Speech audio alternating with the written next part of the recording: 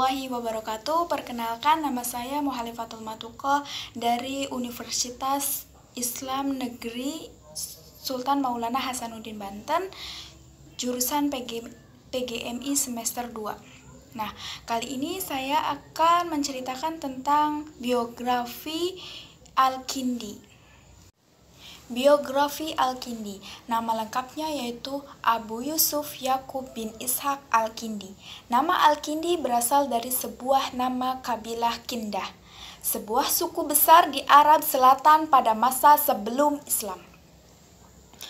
Keluarga Al-Kindi adalah keluarga terhormat dengan status sosial tinggi. Ayahnya pernah menduduki jabatan sebagai gubernur Kufah pada masa Khalifah Al-Madhi dan Khalifah Ar-Rashid.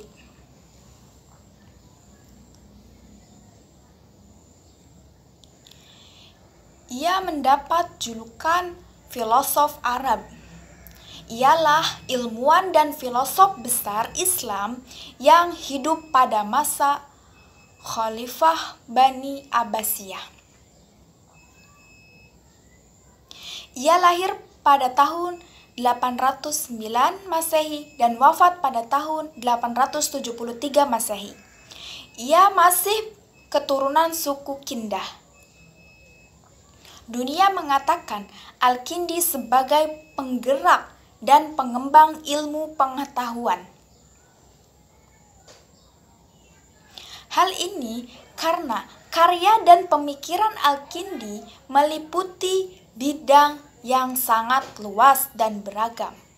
Hampir setiap bidang keilmuan pasti ada karya Al-Kindi yang membahas atau mengulas. Pada awalnya, Al-Kindi belajar di Bashrah, sebuah kota di Irak yang menjadi pusat pengetahuan dan perguruan intelektual dunia. Namun, demikian ia kemudian menamatkan pendidikannya di Baghdad.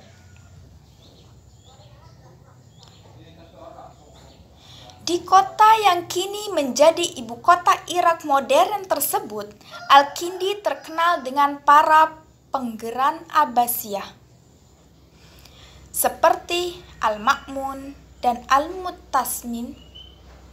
Lalu Al-Kindi diangkat menjadi guru pribadi Ahmad putra Al-Ma'mun, yang darinya ia memperoleh dukungan kuat untuk melahirkan karya-karya besar di bidang ilmu pengetahuan.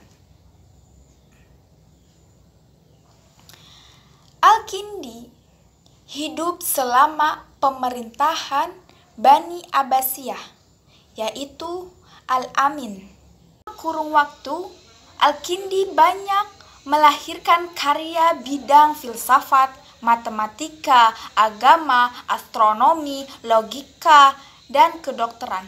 Di antara karya Al-Kindi yang turun meramaikan dunia pengetahuan adalah Risalah fi Masawil Sauli an min Alwa al-Kawib, jawaban dari pertanyaan-pertanyaan planet, tentang proyeksi sinar, dan tentang penjelasan sebab gerak ke belakang planet-planet. Dari sekian banyak ilmuwan, ia sangat menghargai matematika. Hal ini disebabkan matematika bagi Al-Kindi adalah mukaddimah bagi siapa saja yang ingin mempelajari filsafat.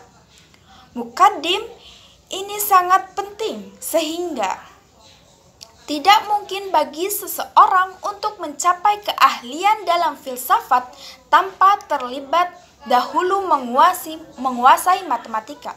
Matematika di sini meliputi ilmu tentang bilangan, harmoni, geometri, dan astronomi.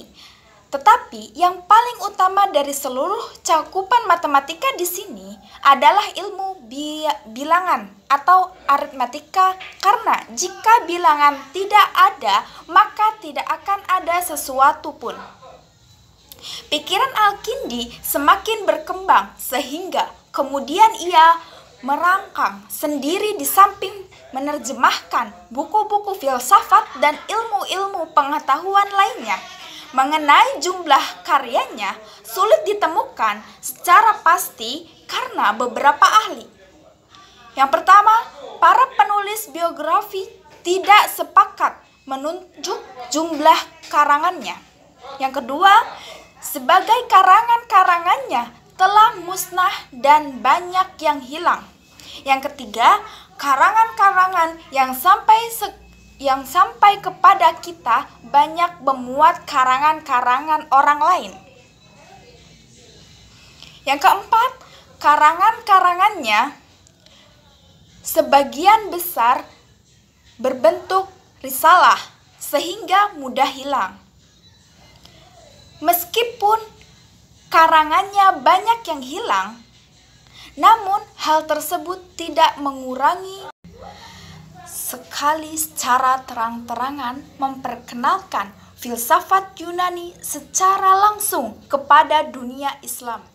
Maka Al-Kindi orang yang pertama merintis jalan menyesuaikan filsafat Yunani dengan pemikiran-pemikiran ajaran Islam, sehingga lahirlah apa yang dinamakan filsafat Islam.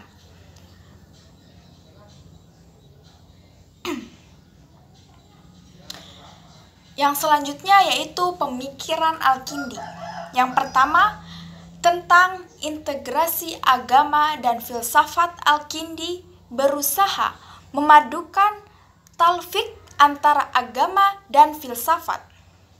Menurutnya, filsafat adalah pengetahuan yang benar. Al-Quran yang membahas argumen-argumen yang lebih meyakinkan dan benar tidak mungkin bertentangan dengan kebenaran yang dihasilkan oleh filsafat. Karena itu, mempelajari filsafat dan berfilsafah tidak dilarang, bahkan teknologi bagian dari filsafat. Sedangkan umat Islam diwajibkan mempelajari teknologi. Bertemunya agama dan filsafat dalam keberagaman dan kebaikan sekaligus menjadi tujuan dari keduanya. Al-Kindi berpendapat bahwa mereka yang menolak filsafat dan menyingkarinya karena menganggap sebagai ilmu kafir atau setidak-tidaknya dianggap menyimpang jalan kepada kekafiran adalah keliruan. Al-Kindi mengatakan bahwa filsafat adalah ilmu termulia secara terbentuknya dan sebagai ilmu yang tidak bisa ditinggalkan oleh setiap orang yang berpikir. Filsafat baginya adalah pengetahuan tentang yang benar. Menurut Al-Kindi, ada persamaan antara filsafat dan agama. Tujuannya agama adalah menerangkan tentang yang benar dan yang baik. Tujuan filsafat juga demikian. Agama di samping wahyu juga menggunakan akal. Sama dengan filsafat, yang benar pertama bagi Al-Kindi adalah Tuhan. Oleh karena itu, filsafat yang paling tinggi adalah filsafat keturunan. Pemikiran terhadap hasil-hasil filsafat karena adanya hal-hal yang bertentangan dengan apa yang menurut mereka telah mutlak digariskan oleh Al-Quran. Hal semacam ini menurut Al-Kindi tidak dapat dijadikan alasan untuk menolak filsafat, karena hal itu dapat dilakukan takwil. Namun demikian, tidak bisa dipungkiri perbedaan antara keduanya, yaitu filsafat termasuk humanior yang dicapai filosof dengan berpikir, belajar, sedangkan agama adalah ilmu ketuhanan yang menempati tingkat tertinggi karena diperoleh tanpa melalui proses belajar dan harus diterima secara langsung oleh para rasul dalam bentuk wahyu. Jawaban filsafat menunjukkan ketidakpastian semua dan memerlukan berpikir atau perenungan. Sedangkan agama lewat dalil-dalilnya yang dibawa wahyu melalui Al-Quran memberi jawaban secara pasti dan meyakinkan dengan mutlak. Filsafat mempergunakan metodologi logika, sedangkan agama mendekatinya dengan keimanan. Walaupun Al-Kindi termasuk pengikut rasionalisme dalam arti umum, tetapi ia tidak mendewa-dewakan akal. Yang kedua, ketuhanan. Tuhan bagi Al-Kindi merupakan the first truth yang selalu ada dan mustahil tidak ada. Oleh karena itu, Tuhan adalah wujud unik dan sempurna yang tidak didahului oleh wujud lain. Dan wujudnya tidak ada berakhir serta tidak akan ada wujud lain kecuali dengannya. Sesuai dengan paham yang ada dalam Islam, Tuhan bagi Al-Kindi adalah pencipta, bukan penggerak pertama sebagai pendapat Aristoteles. Bagi Al-Kindi, Tuhan tidak mempunyai hakikat dalam arti genus dan spesies, sebagaimana benda-benda alam ini yang mempunyai dua hakikat. Hakikat sebagai dari alam dan hakikat sebagai alam, atau dengan kata lain, juz'iyat dan kulliyat. Sebab Tuhan tidak termasuk dalam kategori benda yang ada dalam alam ini. Ia tidak tersusun dari materi dan bentuk. Tuhan hanya satu, tidak ada yang sempurna dengannya. Semua yang selain Tuhan mengandung arti banyak tentang wujud Tuhan. Al-Kindi membuktikan bahwa tidak mungkin sesuatu menjadi sebab bagi wujud dirinya. Artinya, tidak mungkin ada benda yang ada dengan sendirinya. Dengan demikian, maka ia sampai pada satu kesimpulan bahwa adanya alam ini sebab sesuatu. Pasti ada yang menyebabkan adanya. Oleh karena itu, ia mengatakan bahwa alam itu baru karena apa permulaan waktunya dan yang menyebabkan adanya itu berasal diciptakan oleh penciptanya dan ketidakan. Selanjutnya, Al-Kindi mengatakan bahwa keseragaman dalam keanekaragaman ini bukan terjadi secara kebetulan, tetapi pasti ada sebab yang bukan bagian dari alam itu sendiri. Kalau sebab itu datangnya dari alam, maka tidak akan ada habis-habisnya. Sedangkan sesuatu bagian dari alam yang tidak berakhir tidak mungkin. Oleh karena itu, maka sebab itu pasti dan harus ada di luar alam yang lebih dahulu dari akibatnya. Ketiga, konsep etika dalam hal ini. Ketika Al-Kindi berhubungan erat dengan definisi mengenai filsafat atau cita filsafat. Filsafat adalah upaya meneladani perbuatan-perbuatan Tuhan. Yang dimaksud dengan definisi ini ialah agar manusia memiliki keutamaan yang sempurna. Juga diberi definisi yaitu sebagai latihan untuk mati. Yang dimaksud ialah mematikan hawa nafsu. Dengan jalan mematikan hawa nafsu itu untuk memperoleh keutamaan. Kenikmatan hidup lahirlah adalah keburukan.